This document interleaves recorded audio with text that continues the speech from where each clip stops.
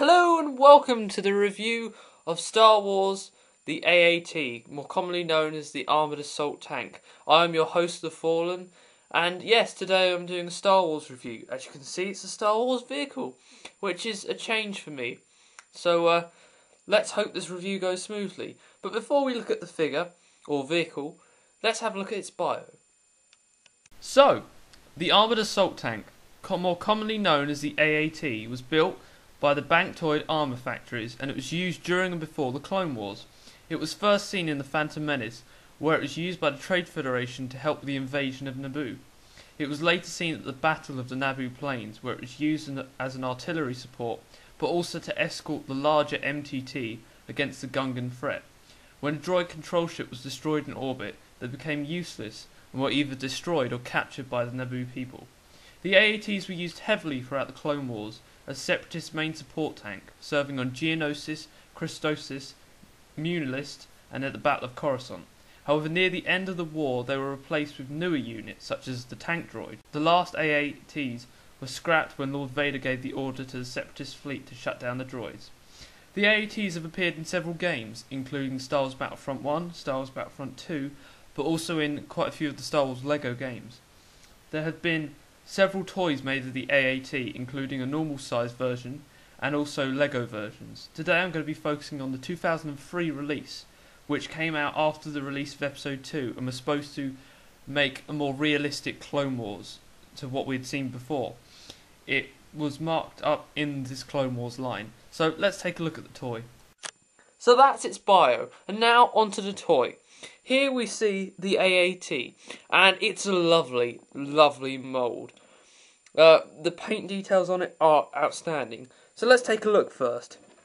As you can see at the front here, we have different sets of this sand colour. We have the lightest in the middle here, and then we have the second darkest here, and the darkest on the back. We also have burnt marks where the missiles are at the front, and we also have a grey front piece for where the cab section is. As well as that paint, we also have side paint here with the black engines at the side, as well as some more on the cab at the top. As you can see, 3 different shades of grey, which I already mentioned. It does have sticker detailing, including on the cannons, but also, and more importantly, on the bottom. So hopefully this will show. Here is the very bottom of it, and as you can see, it has a sticker showing all the different excess ports and wiring connected to the vehicle. We then also have one more sticker, which is here, which is another port to let off steam or whatever. And then, so that's it to do with stickers. Now, in this mode, it does have several features. First, let's have a look at the main turret, because the turret is basically where it all is. So, the turret can rotate 360 degrees all the way around, like so. And the cannon can go up and down. However, it can't get locked into position, so you can't recreate a scene from Episode 1 where the ATT is firing at Naboo starfighters, which is bad. However, on the latest edition, they've fixed that. Also, the side turrets here can go 360 degrees all the way around, and that's pretty much it. The cab section does also open, like so, to reveal an inside there, where you can store one droid. I don't have a droid with me at the moment, but I can assure you it does. Another feature on this mode is these missiles here can fire. Now, normally there would be 3 missiles, but on this mold they decided to put only 2 in, which makes it more screen accurate, and I do appreciate that. So you come around to the back, you have a button here, and when that's pressed they will fire. And hopefully this will work, and it won't. Like so, and like so. There we are, it fires 2 missiles. We also at the back have some more detailing, another sticker there and another wheel, which helps to roll the vehicle. We also have another button over the other side to control the other missiles, and then we also have this little switch here, which will come into play when we have a look at the cab. So, let's have a look at the cab. Now, the detailing on the outside is brilliant. I can't fault it in any way. There could be more paint details, but apart from that, it's fine the way it is. But the real gem is inside. So you can just simply take the front cab section off like so. As you can see, it's removable. And inside, we have a droid, as well as lots of sticker detailing.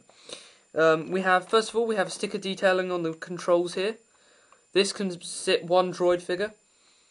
And then we also have detailing on the back here. Panel work. More panel work at the back around this droid. Now, this vehicle does have a feature, and I'll show it. Now remember that button at the back?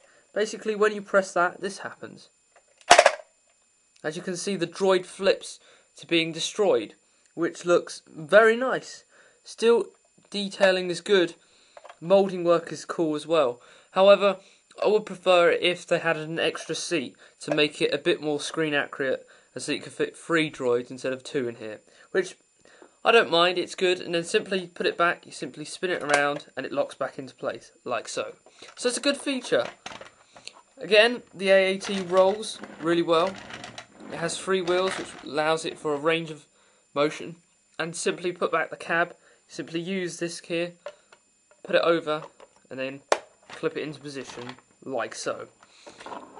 So yeah, overall, this vehicle is really nice. It's got lots of play features. It can also store droids via some pegs here at the sides. And as I said, you can fit 1 droid in the top here.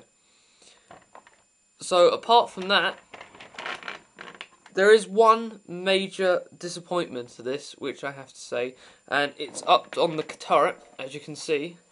These antennae have been bent slightly due to their packaging, and they're going to snap if they continue to bend like that, which isn't really good because you don't want your toys breaking. I don't know how I'm going to get that back because they've probably bent into place now, but that's just a thing to look out for when you're buying an original AAT, to make sure that these antennae are straight and not broken. So apart from that, it is a really awesome vehicle. You should really get it if you're a fan of the droids or the separatists. You should get it if you're a fan of the Clone Wars or a fan of just Episode 1 in general. However, I wouldn't recommend this exact release of the figure. There have been numerous better releases, if that makes sense. There's been better releases since, including the one that came out this year, the 2012 edition, which features better paintwork and the turret can fix in place, unlike this mould where it can't. So, and besides, that's probably cheaper than trying to find an original like this. So, it depends on what you want. It depends on if you want to try and find an original. It depends if you want a Clone Wars version with blue. It depends if you want to try and find the very original Episode 1 release, which is probably the hardest of these AATs to find, because it is nearly 10 years old. But apart from that, brilliant. It looks great with droids. Great. It's a nice display piece to have on a shelf, or if you're making a battle scene for that matter, it's just great to have. Everyone needs to really own an AAT. In my opinion, it's one of the most iconic vehicles from Episode 1. Yes, Episode 1 didn't give us a lot. It was probably the worst of all 3 films. But then again, what it did give us was good. It gave us an AAT, it gave us droids, and it gave us an MTT. They're the 3 things that I just think Episode 1 does okay for, to be honest. I'm not saying it's a good film, not at all, but, So, this has been my review of the Armoured Assault Tank. I hope you've enjoyed it. It's slightly different to reviewing a Transformer, I know, so I'm still getting used to trying to review vehicles. If you like my Star Wars reviews, by all means, put a like. If you have any constructive criticism or comments, please comment below. And as always, if you like these videos and you want to see more of them, subscribe. So I've been the Fallen 835. Thank you for joining me for this video, and I'll see you all next time. Bye, guys.